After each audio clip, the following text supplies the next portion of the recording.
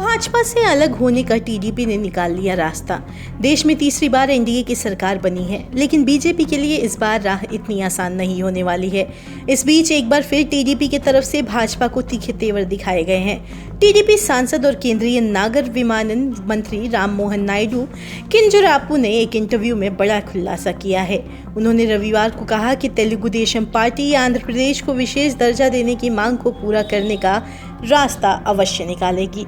दरअसल रिपोर्ट्स के मुताबिक केंद्रीय नागरिक उड्डयन मंत्री राम मोहन नायडू ने राष्ट्रीय जनतांत्रिक गठबंधन यानी एनडीए की सहयोगी बीजेपी द्वारा अल्पसंख्यकों के लिए आरक्षण समाप्त करने की कोशिश और बीजेपी के साथ संबंधों और कई अन्य मुद्दों पर बात की। उन्होंने आंध्र प्रदेश को विशेष दर्जा दिए जाने के मुद्दे पर कहा कि हमें राज्य के विकास के लिए और भी काम करने हैं। ऐसे में अगर आप एक चीज़ पर जोर दे रहे हैं तो आप इन मांगों को छोटा कर रहे हैं। मैं नहीं चाहता कि ऐसा हो। केंद्रीय नागरिक उड्डयन मंत्री राम मोहन नायडू ने आगे कहा कि मेरे लिए रेलवे जोन ज़्यादा महत्वपूर्ण है, क्योंकि मैं उत्तरी आंध्र क्षेत्र से आता हूं। उन्होंने कहा कि हम आंध्र प्रदेश के लोगों के पास राजधानी नहीं है, ऐसे में हम अमरावती को एक महत्वपूर्ण मांग मानते हैं।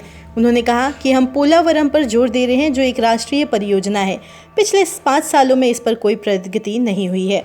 बताते चले कि केंद्रीय नागरिक उड्डयन मंत्री राम मोहन नायडू ने बताया कि विभाजन के शुरुआती 5 सालों में हमें एनडीए सरकार से कुछ समर्थन मिला था। साथ ही राज्य में हमारे पास चंद्रबाबू नायडू का नेतृत्व था। इस दौरान हमें राज्य को आगे बढ़ाया। हमें लगा कि अगर हमें एनडीए सरकार से ज़्यादा समर्थन मिलता है तो हम ज़्यादा सफलता ले सकते थे।